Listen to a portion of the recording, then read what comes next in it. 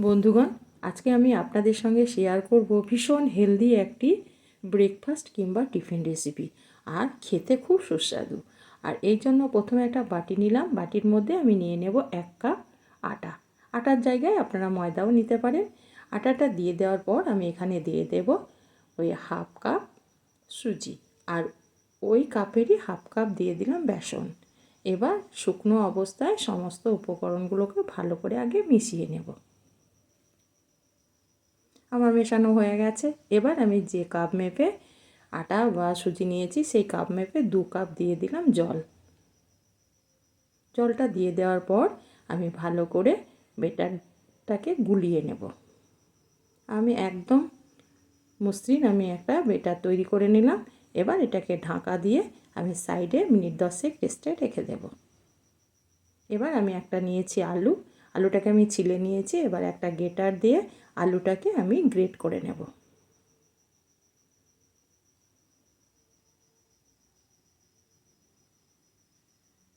সম্পূর্ণ আলুটা আমার গ্রেট করা হয়ে গেছে। এবার আমি এই আলুটাকে আমি 2-3 বার জল পাল্টিয়ে পাল্টিয়ে ধুয়ে নেব। ধুয়ে নেওয়ার পর আমি একটা স্ট্রেনারের মধ্যে ছেঁকে নেব। এবার আমি এটাকে সাইডে রেখে দেব। এবার গ্যাসের মধ্যে একটা প্যান বসিয়ে দিয়েছি। প্যানের মধ্যে দিয়ে দেব আমি 2 চামচ মতো তেল। তেলটা দেওয়ার পর দিয়ে দিলাম অল্প একটু গোটা জিরের ফোড়ন আর অল্প একটু কালো সর্ষে, আর দিয়ে দিলাম আমি 1/2 চামচ মতো কুচনো রসুন আর অল্প একটু কাঁচা লঙ্কা। আমি পাকা কাঁচা লঙ্কাটাকে ছোটো ছোটো কেটে ওটা দিয়ে দিলাম, আর অল্প একটু দিয়ে দিলাম কুচনো আদা। এগুলোকে একটু আমি নেড়ে চেড়ে প্রথমে ভেজে নেব।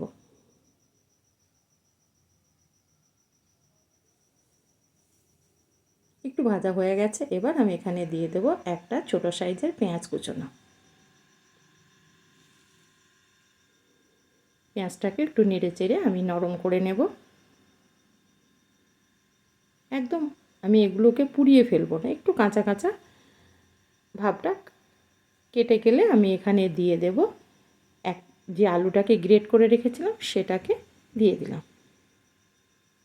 এবার আলুটাকে আমি সমস্ত উপকরণের সঙ্গে এভাবে মিশিয়ে নিয়ে আমি এটাকে একটু ভেজে নেব আলুটাকে।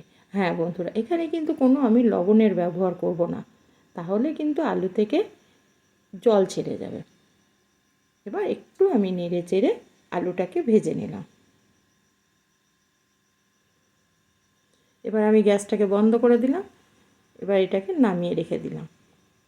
এদিকে আবার আমি যে বেটারটাকে আমি তৈরি করে রেখেছিলাম সেই বেটারটা আমার যেহেতু সুজি আছে অনেকটাই ফুলে গেছে।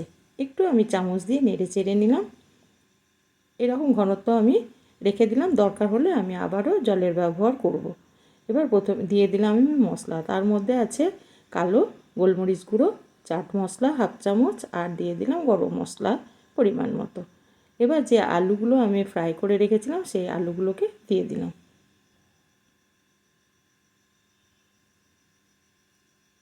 সমস্ত আলুটাকে দিয়ে দেওয়ার পর দিয়ে দিলাম আমি স্বাদ মতো লবণ। যেহেতু লবণটা আমি আগেও ব্যবহার করিনি সেহেতু পরিমাণ মতো আমি লবণ দিয়ে দিলাম। লবণটা দিয়ে দেওয়ার পর আমি আলুটাকে ভালো করে বেটারের সঙ্গে মিশিয়ে নেব। এবার আমি দিয়ে দিলাম কিছুটা কুচনো ধনেপাতা।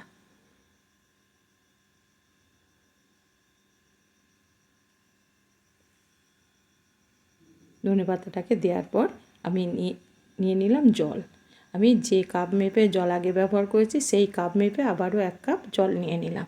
এবার ওখান থেকে আমি কিছুটা জল দিয়ে দিয়ে আবার বেটারটাকে আমি পাতলা করে নিলাম।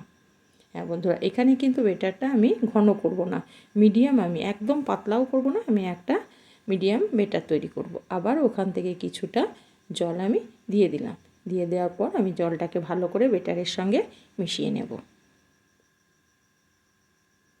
মেশানো হয়ে গেছে। এই রকম ঘনত্ব রাখতে হবে, একদম পাতলাও না আর একদম ঘনও না। এবার এটাকে আমি সাইডে রেখে দিলাম। এবার আমি গ্যাসের মধ্যে একটা প্যান বসিয়ে দিলাম। প্যানের মধ্যে দিয়ে দিলাম আমি 2-4 ফোঁটা তেল। তেলটাকে আমি স্প্যাচুলা দিয়ে এইভাবে ছড়িয়ে নেব প্যানের মধ্যে। এবার 1 হাতা বেটার আমি এভাবে প্যানের মধ্যে দিয়ে দিলাম। দিয়ে আমি যতটা পারলাম এইভাবে ছড়িয়ে দিলাম আর পাতলা করে নিলাম। রুটি থেকেও কিন্তু এটা ভীষণ পাতলা হবে আর খেতে কিন্তু ভীষণ টেস্টি। এইভাবে আমি পুরো বেটারটাকে একদম পাতলা করে প্যানের মধ্যে ছড়িয়ে দিলাম। এবার এটাকে আমি ঢাকা দিয়ে দেব 3 থেকে 4 মিনিট। 4 মিনিট, মোটামুটি 3 মিনিটের মধ্যে আমি ফিরে এলাম। দেখুন বন্ধুরা, উপরটা শুকিয়ে গেছে। এবার আমি এখানে দিয়ে দেব, হালকা করে আমি তেল ব্রাশ করে দেব। তেল ব্রাশটা করে দেওয়ার পর আমি আবার স্প্যাচুলা দিয়ে এটাকে উঠিয়ে নেব। দেখুন কত সুন্দর প্যানটা ছেড়ে যাবে, কোনোভাবেই লাগবে না। এবার এটাকে আমি উল্টিয়ে নিলাম।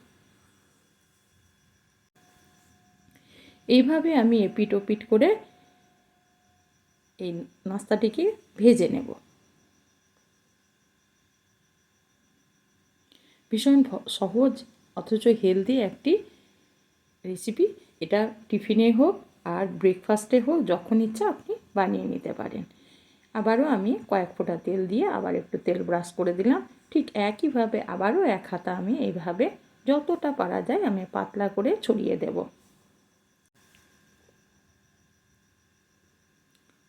আর ভীষণ সফট একটি টিফিন বা ব্রেকফাস্ট, এত সফট হয় যে কেউ কিন্তু খেতে এটাকে ভীষণ পছন্দ করে। আবার আমি এটাকে ঢাকা দিয়ে দিলাম। এবার আবারও আমি মিনিট 3-4 পর ফিরে এলাম। মোটামুটি 3 মিনিট পর আমি আবারও ফিরে এলাম আর গ্যাসটাকে আমি মিডিয়ামে রেখেছি। আবারও আমি তেল ব্রাশ করে দেব।